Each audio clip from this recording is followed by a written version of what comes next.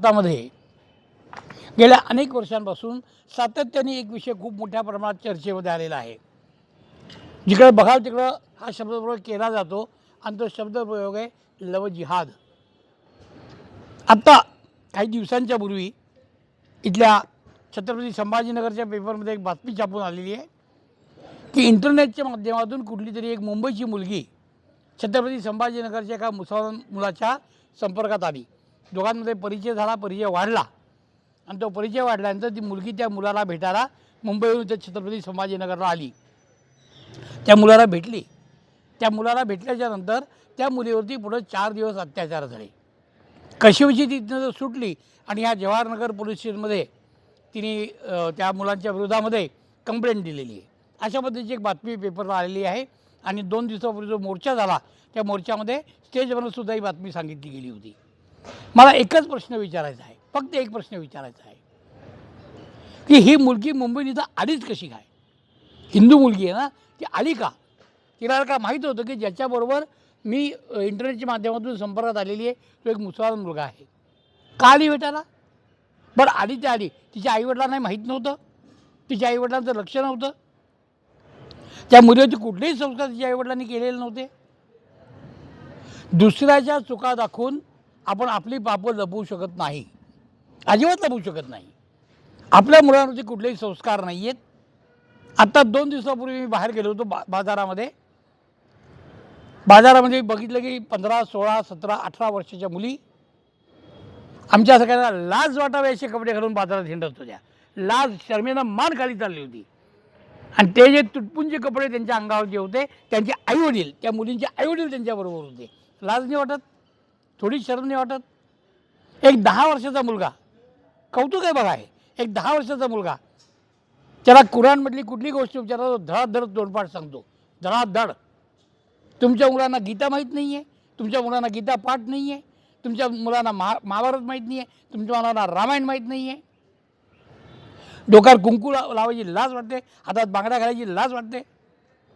हे संस्कार जर का तुम्ही करणार असाल तर पुढे चालून तुमच्या मुली जेव्हा पळून जातात तेव्हा दुसऱ्याच्या नावाने ओरडू नका. तर इंटरनेटवरती जा, नेटवरती सर्च करा की भारतामध्ये जेवढे वृद्धाश्रम आहेत त्या वृद्धाश्रमांपैकी मुसलमानांच्या वृद्धांच्याकरता किती वृद्धाश्रम आहेत हुडकून काढा. स्वातंत्र्याच्या नंतर भारतामध्ये अत्यंत योजनाबद्ध पद्धतीनं हिंदू कुटुंब व्यवस्था ही मोडकळीच आणून ठेवलेली आहे. विचार करा, 2 भाऊ एकत्र राहत नाहीत, प्रॉपर्टीवर भांडण होतं. आज 4 बायका 32 मुलं एवढं मोठं कुटुंब एकत्र राहत आहे. मुसलमान समाजामध्ये कुटुंब व्यवस्था पूर्णपणे टिकून आहे आणि ती कुटुंब व्यवस्था आहे ज्याच्यामुळे समाज एकत्र आहे. हिंदू समाजामध्ये कुटुंब व्यवस्था पूर्णपणे मोडलेली आहे. बाप आणि बेटाबरोबर राहत नाही आहेत. मी असे वडील बघितलेले आहेत की जे आपल्या मुलांना बेधर तोंडात सांगतात हे घर माझं आहे, निघून जा घरातून बाहेर. कुठली पद्धत ही कुटुंब व्यवस्था मोडकळीस काढणे, त्याच्या आधी गुरुकुल व्यवस्था मोडकळीस काढणे हे स्वातंत्र्याच्या नंतर केलेलं पहिलं काम आहे. असा एक समज होता की गुरुकुल व्यवस्था जर का मोडकळीस आली तर भारत पूर्णपणे मोडकळीस येईल, पण तसं झालं नाही. आणि मग या पाश्चात्य राष्ट्रातल्या लोकांना लक्षात आलं की भारतात जर का कणा काही असेल तर ती कुटुंब व्यवस्था आहे. आणि कुटुंब व्यवस्था मोडकळीस आणण्यासाठी म्हणून सर्वतोप्रकारे प्रयत्न झाले. पाश्चात्य संस्कृतीचं इथं रुजवात केली गेली, सिनेमाच्या माध्यमातून केली गेली, अनेक विविध माध्यमातून केली गेली, जाहिरातींच्या माध्यमातून केली गेली, टी व्हीवरच्या जाहिरातींच्या माध्यमातून, आणि पूर्ण कुटुंब व्यवस्था मोडकळीस आणलेली आहे. मी आपल्याला सांगतो, येणारा काळ हे प्रत्येक कुटुंबात रडण्याचा काळ येईल. घराघरातनं मुली पळून जातील, घराघरातनं मुली त्यांच्यावर अत्याचार होतील, रडत बसतील. जर का याच्यापासून वाचायचं असेल तर तुम्हाला 2 कामं करावं लागतील. सगळ्यात पहिल्यांदा म्हणजे आपल्या मुलांवरती चांगले संस्कार करा. हात जोडून संध्याकाळच्या वेळेला शुभं करोती कल्याणं म्हणलं म्हणजे आपण मागासलेले होत नाही, अजिबात होत नाही. आपण हे लक्षात घ्या. हजारो कुटुंब आहेत या देशामध्ये, हजारो कुटुंब जे रडत आहेत, ज्यांच्यामध्ये बरबाद झालेले आहेत. तेच भविष्य तुम्हाला बघायचं आहे का पुढं? जागे व्हा, जागे व्हा.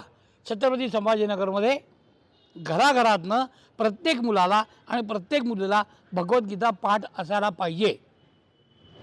छत्रपती संभाजीनगरमध्ये घराघरातनं. जर का तुम्हाला उल्कानगरीमध्ये असलेल्या अग्निहोत्रवरती येऊन अग्निहोत्र अटेंड करता येत नसेल, आपल्या घरी अग्निहोत्र करता येत नसेल, तर माझा नंबर घ्या 9552440639. दर सूर्योदयाला आणि दर सूर्यास्ताला मी ऑनलाईन अग्निहोत्र करेन. तुम्ही आपल्या घरी बसून अटेंड करा. निदान ऑनलाईन अटेंड करा, काही तर संस्कार करा. मुलं गेली परदेशामध्ये 1 कोटी 1.5 कोटी 2 कोटी 5 कोटी पगार आहे.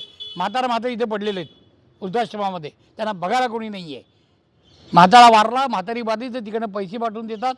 हॉस्पिटलला किंवा गव्हर्नमेंटला सांगतात तिकडे संस्कार करून टाका. कुठली कुटुंब व्यवस्था आहे, काय आहे? आणि ह्याला आपण प्रगती म्हणतोय. प्रगती आहे ही प्रगती आहे. काळाच्या बरोबर गेलं पाहिजे, हे नाही आहे. या काळाच्या बरोबर गेलं पाहिजे या नॅरेटिव्हला बळी पडून आपल्या स्वतःचा आणि आपल्या पुढच्या पिढ्यांचा नाश करू नका. मी आपल्याला सावध करतोय. वेळीच सावध झाला तर बरं आहे, नाही तर विनाशकाले विपरीत बुद्धी. तुमचं नशीब तुमच्याबरोबर. धन्यवाद.